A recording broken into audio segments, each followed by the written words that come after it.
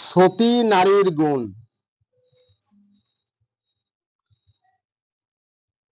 দশরূপের বধূ সীতা সতী, শ্রীরামচন্দ্র প্রাণপতি। সূর্যবংশের চূড়ামণি তিনি, রাম হন বনচারী। প্রাণপতির সঙ্গে ছিলেন সীতা নারী, প্রমাণ সত্যই তিনি সতী। সীতা দেবীর ছিল অসীম সেবা ভক্তি, ছিলেন তিনি পতিব্রতা নারী।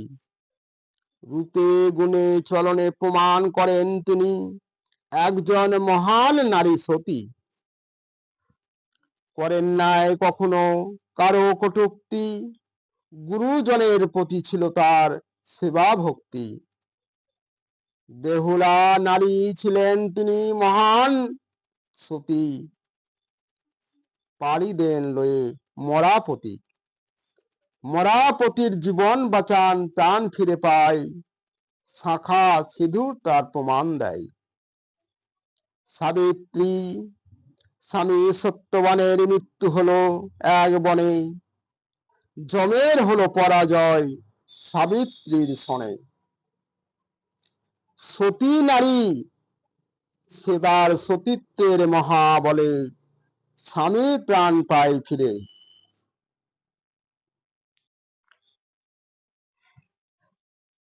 মাননীয় দর্শকবৃন্দ ও আমার শ্রোতাবৃন্দ, দয়া করে আমার ভিডিওগুলিতে অবশ্যই সাবস্ক্রাইব করে দিবেন। আপনাদের সামনে আজকে যে কবিতাখানি পাঠ করে শোনাচ্ছি, কবিতাটির নাম ভয়হীনতা নৈরাশ্য নয়, নিশ্চিত মুক্তি। কবি দিলীপ কুমার মণ্ডল। শক্তি যার ভীতির কবল, সে তো বড় দুর্বল। ভয়ের গুহায় থাকে সারা জীবন, ভয়ে করি আত্মগোপন। মৃত্যুর পূর্বে বহুবার মরে, মানবতার কলঙ্ক অন্তরে। দুর্বল ভাগ্য করিয়া নির্ভর, বাঁচা চরম লজ্জাকর।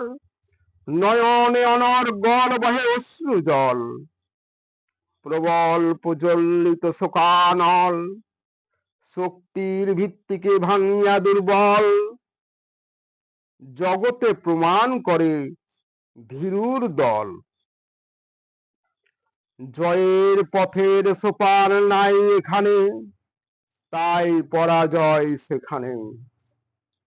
মনে কালো মেঘ ঝড়ে অশ্রু বর্ষণ, করে না সুযোগের কোনো পরিবর্তন। যত ভয় চেষ্টায় করিতে হবে জয়, নৈতিক জীবন জানিবে নিশ্চয়। সাহসেতে করিয়া দূর সর্বভয়, পারে বল সুনিশ্চিত হবে জয়। আত্মশক্তি রাখো সেই ভক্তি, যত যন্ত্রণা হবে মুক্তি।